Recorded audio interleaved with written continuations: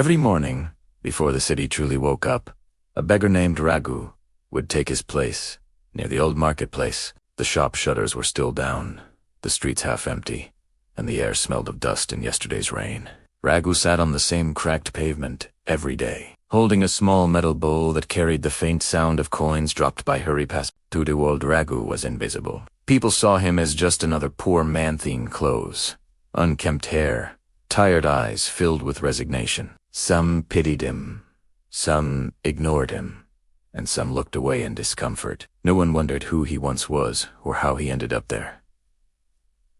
Raghu himself had stopped wondering. He believed life had already decided his fate. Born into poverty, raised in struggle, and pushed down by circumstances, he accepted that he was meant to beg until the end of his days.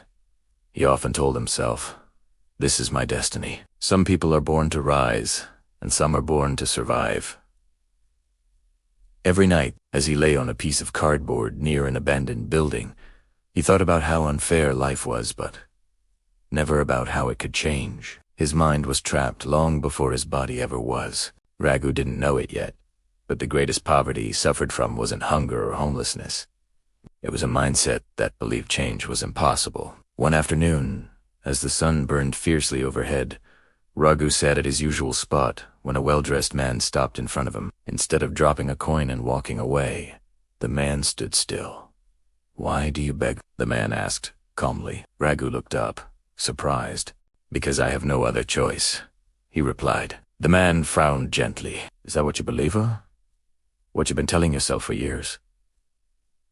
Raghu didn't answer. The man introduced himself as Mr. Dev, a retired businessman who often walked through the marketplace. He had noticed Raghu for months but never spoke to him until now. "Tell me," Mr. Dev said, "if I give you 1,000 coins today, what will change tomorrow?" Raghu thought for a moment.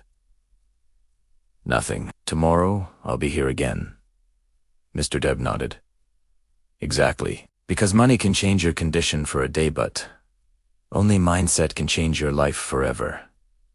Those words echoed in Raghu's mind long after the man left. That night, Raghu couldn't sleep. For the first time in years, a question disturbed him deeply.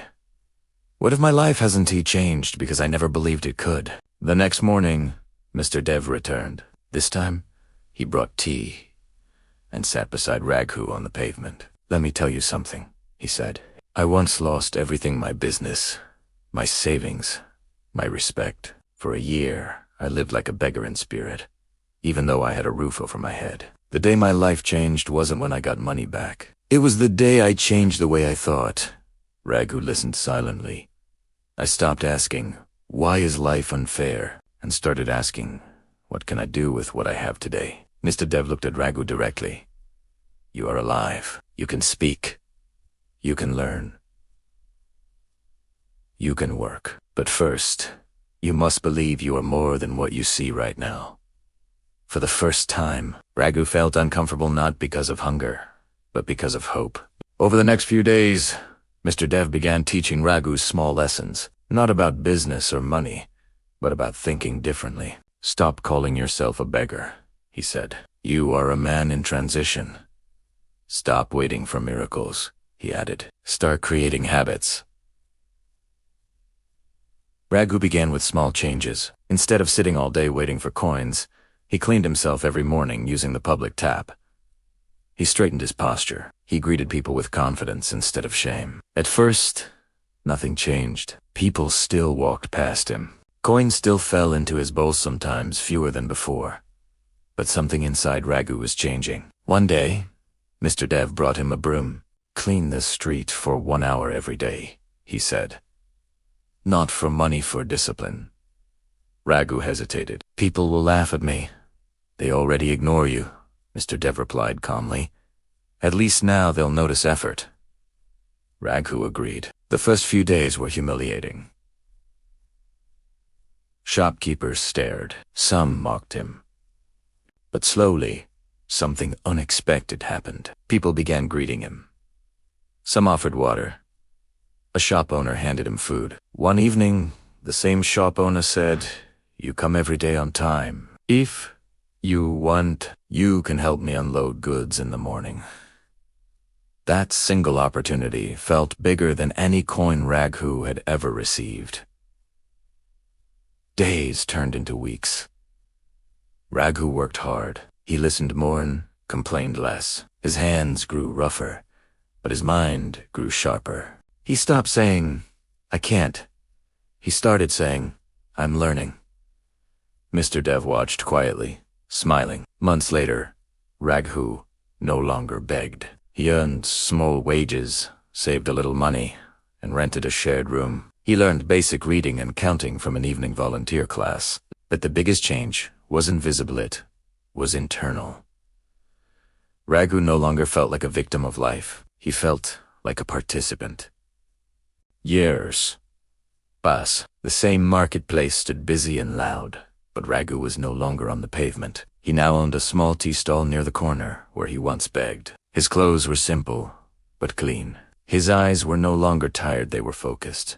One afternoon, Raghu noticed a young beggar sitting near the road, holding a bowl with the same hopeless expression Raghu once had. He walked over and offered him tea, and asked gently, "Why do you beg?" The boy replied, "Because I have no choice."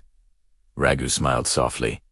He had heard those words before, spoken by himself. "Let me tell you something," Raghu said. "Your life will not change the day you get more money. It will change the day you change how you see yourself." The boy looked confused, but curious. Raghu continued, "Circumstances don't decide your future, your mindset does. When you believe you are stuck, you stay stuck. When you believe you can grow, life gives you chances." As the sun set, Raghu looked around the marketplace that once felt like a prison and now felt like a classroom that taught him the greatest lesson of all. You don't rise in life by changing your situation first. You rise by changing your mindset and your life follows. This story reminds us that poverty, failure, and struggle are not always the real enemies. The real enemy is a mindset that accepts limitation as destiny. When you change the way you think, you change the way you act. When you change the way you act, you change your life. No matter where you start, on the streets or at the top, your mindset is the key that unlocks your future. If this story resonated with you, share it with someone who needs to hear this message. Don't forget to like and subscribe for more motivational content. Thanks for watching.